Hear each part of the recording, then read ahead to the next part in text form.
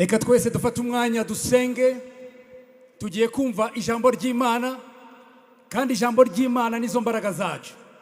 Witeguye kumva ijambo ry'Imana? Usengera umutima wawe, usengera aho uri, uvuga uti Imana wakoze ibitangaza biciye mu ijambo ryayo, uyu munsi Imana ituganirize mu izina rya Yesu. Mana yacu, Mana ikomeye, Mana ifite imbaraga, Mana ifite ubutware, turagushimira ijambo ryawe tugiye kumva Mwami. Ninde utagushima ku bitangaza wakoze muri kino gihugu Mwami? Turagushima ko iryo jambo niryo ryaremye isi, iryo jambo niryo ryaremye abanyarwanda, iryo jambo niryo ryaremye igihugu cyacu dukunda, iryo jambo niryo ryadukuye mu mwijima, kandi iryo jambo niryo tuboneramo agakiza muri Kristo Yesu. Ngwino ubane natwe Mwuka wera ukora ibitangaza kuri iyi stade, ndetse n'aho abadukurikiye bose bari, mu izina rya Yesu nsenze nizeye, amen. Reka twongere dukomere Imana yacu amashyi cyane, tuyishimira, tuyihimbaza ku bitangaza Imana yakoze. Nyakubahwa Mushyitsi Mukuru, Minisitiri w'Intebe, banyakubahwa muri aha mwese, ndashimira Imana kubw'ijambo ryayo. Uyu ni umunsi udasanzwe mu mateka y'Abanyarwanda. Uyu ni umunsi udasanzwe, Imana yadukoreye ibikomeye, natwe turishimye. Mukanya Pastor Isayi na Pastor Jimmy bashimye Imana, ariko munyemere mvuge ngo ninde utashima Imana kubw'igihugu Imana yaduhaye? Ninde utashima Imana kubw'ubuyobozi Imana yaduhaye, uhere kuri nyakubahwa perezida wacu? Ninde utashima Imana ku bintu twari tuzi ko bitazashoboka byashobotse? Mureke rero mbabwire inkuru nziza. Niba hari ibintu wari uzi ko bitazashoboka byashobotse, ibyo biguha ibyiringiro ko nibitarashoboka bizashoboka mu izina rya Yesu. Duhe Yesu wacu amashyi, kuko ni Imana ishobora byose. Imana yacu ihabwe icyubahiro. Turashimira Imana ko gushima ni muco wacu nk'Abanyarwanda. Ariko munyemerere mvuga iki ngiki, impamvu dushima nuko twizera ko Imana ariyo byose bitangiriraho, ndetse natekereza ko ariyo mpamvu uri aha ngaha, nuko twizera yuko byose ariyo bitangiriraho, bitangirira ku Mana. Benshi muri mwebwe muzi umugabo witwa Mose cyangwa Musa muri Bibiliya, turamwiga amashuri y'ubuyobozi, turamuvuga kenshi Musa. Ariko reka mbabwire ikintu nize kuri Mose cyantangaje. Buriya inkuru ya Mose ntabwo itangirira kuri Mose, inkuru ya Mose itangirira ku Mana. Bibiliya ivuga mu gitabo cyo Kuva igice cya 3 umurongo wa 2 ku murongo wa 8, Bibiliya ivuga inshinga enye cyangwa amagambo ane Imana ikoresha iyo igiye gukora. Mbere yuko Imana ihamagara Mose ngo Imana imukoresha ibintu bihambaye, uwo mushinga wahereye ku Mana nyir'ubwite. Bibiliya ivuga ngo Imana iravuga ngo mbonye kubabara k'ubwoko bwanjye, numvise gutaka batakishwa, kuko nzi imibabaro yabo, none manuwe no kubakiza. Reka mbabwire ngo iyo Imana ijya gukora, iyo Imana ijya kuduhamagara ngo twubake igihugu cyacu cy'u Rwanda, iyo Imana ijya gukiza igihugu, naha ngaha bihera ku Mana yaremye ijuru n'isi. Niyo mpamvu turaha tuyishima, tuyikomera amashyi mu izina rya Yesu. Icyambere rero nize kuri inkuru ya Musa nuko Imana irabona, Imana irumva, Imana izi byose, Imana izi ibyo ducamo. Ibyo rero bituma Imana imanuka igakora, yarangiza ikaguhamagara njyewe nawe kugira ngo Imana idukoreshe kubw'icyubahiro cyayo. Ndetse nekereza ko ariyo mpamvu Imana yatanze Yesu Kristo, kuko biravuga ngo Imana yabonye kubabara kwacu, ibara kubabara kw'abantu yaremye mu ishusho yayo, yumva gutaka twatakishwaga n'ibyaha. Kuko Imana izi imibabaro yacu, Imana iramanuka iza mu isi, yohereza Yesu kugira ngo azadupfire, muri we tubone ubugingo buhoraho. Niyo mpamvu Bibiliya ivuga muri Yohana igice cya 3 umurongo wa 16, haravuga ngo kuko Imana yakunze abari mu isi cyane. Buriya gukiza kwacu guhera ku Mana, ntabwo bihera kuri twebwe, kuko Imana yacu ari Imana y'ubuntu. Bibiliya ivuga ngo kuko Imana yakunze abari mu isi cyane, byatumye itanga umwana wayo w'ikinege, ngo kugira ngo umwizera wese bitagenda gute, atarimbuka, ahabwe ubugingo buhoraho. iryo ni ryo shimwe dufite nk'abanyarwanda, nuko dushima Imana ku bwa Yesu, nuko dushima Imana ko Imana yabonye imibabaro yacu nk'abanyarwanda. Imana ikaba izi neza ibyo tunyuramo. Imana iramanuka ihamagara njyewe nawe nk'uko yohereje Yesu kugira ngo idukize. Uyu munsi rero ntabwo ndibubwiriza umwanya muremure, ariko reka mbabwire ikibazo ngira ngo mwese mutahane. Ni ikibazo cyanditse muri Zaburi 116 ku murongo wa 12 kuza ku murongo wa 14. Bibiliya iravuga, umwanditsi wa Zaburi yavuze ngo none se ibyo Uwiteka yankoreye nabimwitura iki? Ndabizi ko nta muntu wajanga kuri stade adafite ikintu Imana yamukoreye. Hari bamwe mwasengeye amashuri, Imana ibaha amashuri. Hari bamwe mutari mufite aho kuba, Imana ibaho kuba.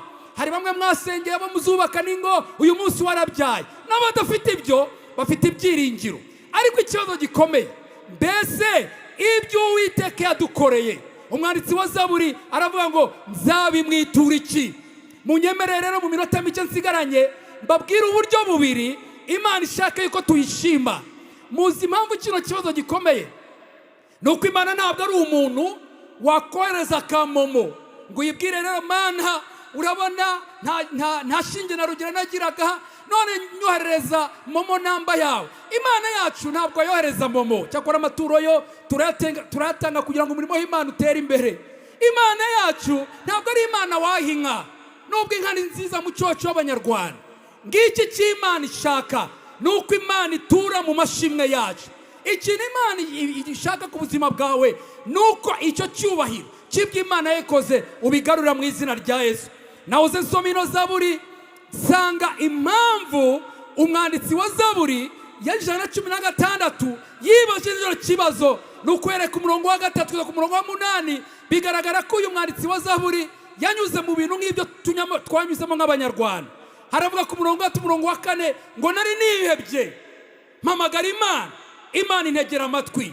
Aravuga ngo ngundira Uwiteka kuko yumvise ijwi ryanjye no kwinginga kwanjye, kuko yantegeye gutwi ingoyi z'urupfu zanaye hagati. Uburibwe bw'ikuzimu bwaramfashe ngira ibyago n'umubabaro. Ngo kuko wanyije ubugingo bwanjye urupfu, amaso yanjye ukakiza amarira, n'ibirenge byanjye ukabikiza. Ngizi impamvu zateye umwanditsi wa Zaburi 116 kwibaza ngo mbese ubwo Uwiteka yankoreye nabimwitura iki? Mwumve igisubizo rero. Hari ibintu bibiri, ntabwo ndi bujya muri iyo Zaburi ngo nyibigishe yose, ariko hari ibintu bibiri ngira ngo mbabwire yavuze. Yaravuze ngo icyambere nzakira igikombe cy'agakiza, icya kabiri nzahigura umuhigo nahihigiye kandi nzawuhigurira imbere y'abantu. Reka mvuge kuri aka rero uburyo bwa mbere bwo gushima Imana nk'abanyarwanda, ndetse no mu kanya ndaza gufata umwanya ngo usengere, kuko mu kanya turaza gusengera abanyarwanda, yaba ari abari kuri stade nawe uneze amatwi nawe wicaye aha ngaha. Uburyo bwa mbere ni ukwakira igikombe cy'agakiza. Iki gikombe kivuga muri Zaburi ntabwo ari igikombe kiriya dusanzwe tunyweramo icyayi cyangwa ikawa nziza y'u Rwanda, ahubwo ni igikorwa cyo kwemerera Imana igakiza ubugingo bwawe. Impamvu Imana ibishoboye nuko Imana yacu ni Jehova Rafa. Twikomera amashyi mu izina rya Yesu. Ni Imana ikiza, ni Imana yakijije abanyarwanda, ni Imana yadutabaye. Aravuga ngo nzakira igikombe cy'agakiza. Muri Zaburi 103 bahoze bayivuga, umwanditsi yaravuze ngo mutima wanjye shima Uwiteka, mwabindi mu bwese mwe ntimwibagirwe ibyiza bakoreye. Mwumve ibyo byiza Imana ikora. Icyambere ni Imana ibabarira ibyaha. Mukanya ndaza kubigarukaho. Sinzi ubuzima bwawe, tumaze iminsi dukora uko dushoboye ngo tubabwire rubyiruko kugira ngo Imana ibahe imbaraga bari mu biyobyabwenge mu bivemo. Reka mbabwire uyu mugoroba ngo mfite inkuru nziza. Iyi Mana y'umwami wacu Yesu Kristo, Jehova Rafa, ni Imana ikiza. Bibiliya iravuga ngo niba bari ibyaha byacu igakiza indwara zacu zose, bigacungura ubugingo bwacu ngo butajya muri rwa rwobo. Umwanditsi wa Zaburi aravuga rero ngo uburyo bwa mbere nzashimiramo Imana, nzahigura umuhigo, nzashimiramo Imana ibyo yankoreye, ni ukwakira igikombe cy'agakiza. Kuko ishobora byose rero uyu munsi wo gushima uyizanira ikintu cyose ukeneye kwigukiza. Waba wicyana muri stade, waba unkurikiye aho uri hose, uvuge ngo uriya muntu yambwivuze ijambo rimwe rivuga ngo ku munsi wa Rwanda shima Imana 2026 namenye ko Imana iri Jehova Rafa, ni Imana ikiza, iyakijije u Rwanda, iyakijije abanyarwanda, ifite imbaraga zo gukiza ubugingo bwawe, ifite imbaraga zo guhindura amateka y'ubuzima bwawe. Iyatanze umwana wayo Yesu Kristo, yamaze kubona ko tumukeneye, iri hano kandi ifite ubwo bushobozi. Tuyiha amashyi mu izina rya Yesu, kuko Imana yacu ni Imana ikiza. Uburyo bwa kabiri, nenda gusoza, umwanditsi wa Zaburi aravuga ngo uburyo bwa kabiri bwo gushima Imana, nzahigura umuhigo nahize. Ibi byo rero nk'abanyarwanda turabizi, igihugu cyacu kigeze aho kigeze kubera tujya duhiga imihigo. Murabyibuka abayobozi bacu bicarana na nyakubahwa Perezida wa Repubulika bagahiga imihigo. Nubwo iyi Zaburi itavuga uyu muhigo bavuga, ariko reka mbabwire, guhiga umuhigo bivuga kugambirira, bivuga gufata icyemezo. Hari abantu muranga buri kunkurikira kuri stade n'abankurikiye, uribuka cyagiye ibintu byari bikomeye, waravuze ngo man, nunkiza ukamvana hano hantu, nanjye nzagukora, nzagushima. Ariko agahinda gakomeye, benshi tuvuga ayo magambo, nuko nyine Imana yacu ari Imana y'ubuntu, ni Imana itubabarira, ni Imana iduhera ubuntu, ariko nanone ni Imana yubaha icyo tuvuze. Hari abantu wavuze uti man, ninjya kwiga nkabona nsinze kaminuza, nkabona mbashije kubona buruse y'u Rwanda, nzagushima, nzagukorera. Ariko agahinda gakomeye nuko kenshi tuvuga ibyo bintu, twarangiza ibyo twavuze ntaba ari byo dukora. Uyu munsi ndasenga mu izina rya Yesu kugira ngo uyu mugoroba utubere umugoroba mushya wo kugambirira. Reka ngaruke kuri bya bintu bibiri nagumye kuvuga, kandi mu kanya turaza kubasengera. Imana yacu ni Imana ifite imbaraga zo kukubohora, yaba ari ubusinzi, yaba ari ukunywa ibiyobyabwenge. Reka mbabwire ikintu kimwe nabonye, abantu benshi bajya mu biyobyabwenge aribwira ati nimbinywa ibibazo biraza gushira, ariko ababibayemo bakabivamo n'abakirimo babihamya, ntabwo bimara ibibazo, ahubwo byongera ibibazo, kuko ugomba no gusiga wishyuye nuho kuha ibyo biyobyabwenge byangije ubuzima bwawe. Uyu mugoroba afite inkuru nziza. Imana y'umwami wacu Yesu Kristo, Imana yatanze Yesu ku musaraba, ifite imbaraga n'ubushobozi, ni Jehova Rafa, ni Imana ikiza. Uyu mwaka 2026 ni umwaka wo gukira mu izina rya Yesu. Twebwe nk'abanyarwanda, urubyiruko rwacu tukarumurikira Imana nk'ishimwe. Reka mvuge na kandi kanyuma dukunda kuvuga mu minsi yashize, ndetse na nyakubahwa Perezida wa Repubulika yabigarutseho. Iyo urebye imibare y'abantu bari gusenya ingo, ushobora kuba wicaye ukavuga uti ahubwo iki giterane gitinze kurangira, ahubwo ejo rwanjye nanjye ntabwo ruzarara. Reka ngubwire ngo garukiraho, urugo ntabwo ari ibibazo. Hari abantu kera bavuga ngo urugo ni imiserero. Urugo ntabwo ari imiserero, urugo ni umugisha. Urugo rwabayeho Adamu na Eva batarakora icyaha. Urugo ntabwo ari ingaruka z'icyaha. Niyo mpamvu nizera ko dufite ubushobozi bwo gusenga tugasaba Imana ikubaka ingo z'abanyarwanda. Urugo rwatanze amakampani kubaho, urugo rwatanze za leta kubaho. Urugo ni ikintu gikomeye mu izina rya Yesu. Ndasenga kugira ngo uyu munsi Imana ibakoreye ibitangaza, twongere gusaba Imana itwubakira ingo zacu, maze za bindi twasengeye Imana ibyumve. Mu mwanya rero tugiye gusenga, mbibutse rya jambo, mbese ibyo Uwiteka yankoreye nabimwitura iki? Nzakira igikombe cy'agakiza. Ntabwo ari igikombe cy'amazi nkamwe tujya tugura, ni ukwakira icyo Imana yakoze ubwo yatangaga umwana wa Yesu Kristo ku musaraba kugira ngo utarimuka bw'ubugingo boraho. Ni ukuzanira Imana ibintu uzi ko byakunaniye. Mu kanya ndagusengera. Icya kabiri ni uguhigura umuhigo wahize. Mureke tuva tumaramaje, mureke tuva buri muntu afashe icyemezo gishya. Ntacyo byamara kugaruka no buri mwaka ubuzima bwacu nibuhinduke. Impamvu ibibyizera ni uko Imana yacu ishoboye. Hari umugabo muri Bibiliya yari umutunzi cyane.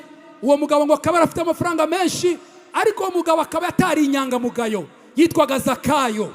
Ngo umunsi umwe Zakayo aza kubona ko nubwo afite ibintu byinshi, ariko ari umwambuzi, ariko ari n'inyangamugayo.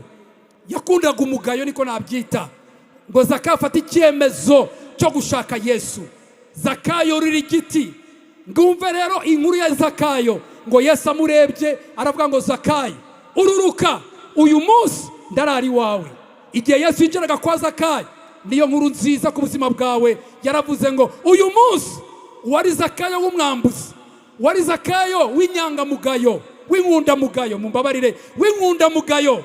no kuvuga ari umuntu utari inyangamugayo. Uyu munsi agakiza kaje muri uru rugo, tugiye kubasengera mu izina rya Yesu.